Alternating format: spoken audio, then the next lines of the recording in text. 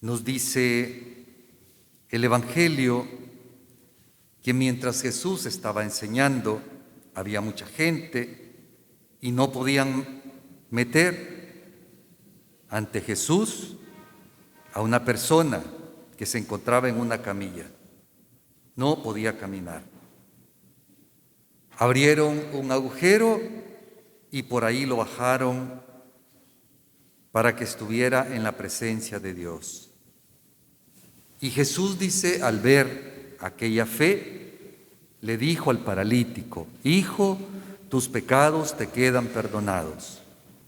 Viene la reacción de los escribas: ¿y este quién es? Si solo Dios perdona los pecados, ¿quién es este? Pues es el Hijo de Dios, que no era reconocido ni aceptado como tal por los señores de la religión oficial de aquel tiempo. Pero ¿por qué Jesús procede a perdonar los pecados? Precisamente por la condena que pesaba sobre aquel hombre. Según la religión, si él no podía caminar, si él estaba en esa situación, es porque había pecado, o habían pecado sus padres. Ya estaba condenado ese pobre hombre.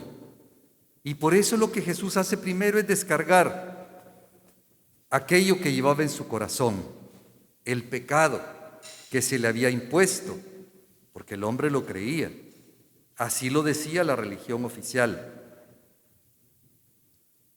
Y si era así, era por castigo de Dios.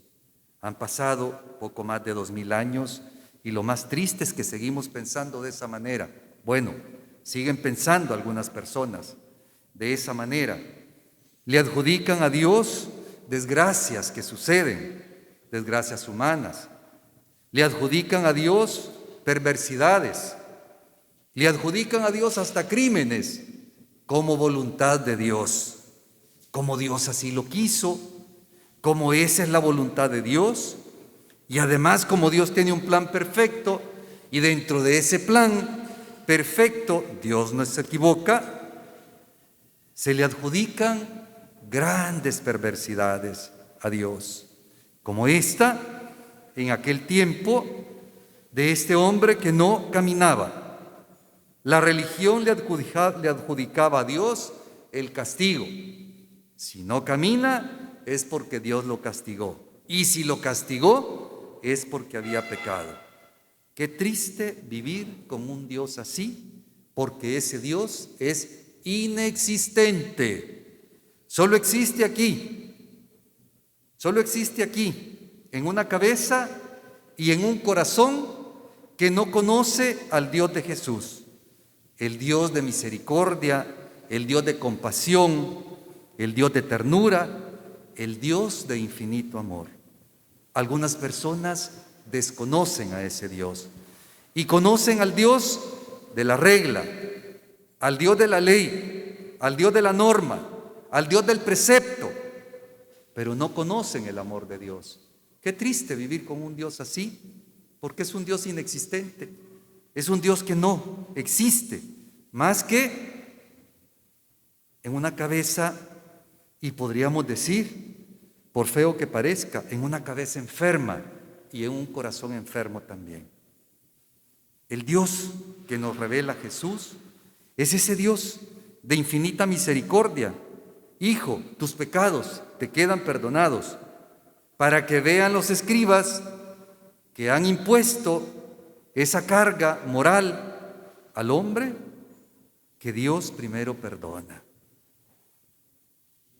Para que sepan, dice Jesús luego, que el Hijo del Hombre tiene poder en la tierra para perdonar los pecados, le dijo al paralítico: yo te lo mando, levántate, recoge tu camilla y vete a tu casa, vete liberado.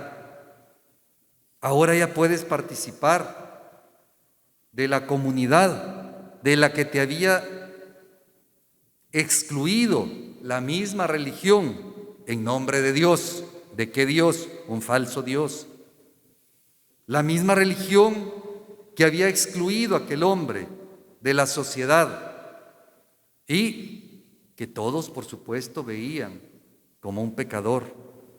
No había compasión hacia aquel hombre. Y así, a muchos condenados por la religión, no hay compasión. Y si nos preguntamos en el presente, ¿y a cuántas personas no condenamos en nombre de Dios?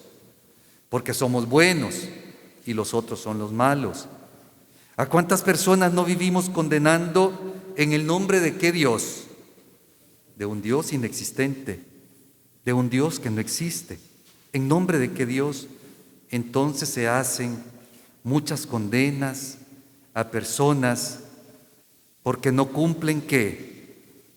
No cumplen una ley rígida, no cumplen la rigidez de una norma, apartándose precisamente de este Dios que nos revela Jesús, un Dios de infinita misericordia y compasión. Que ese siga siendo nuestro Dios, porque es el único Dios que existe.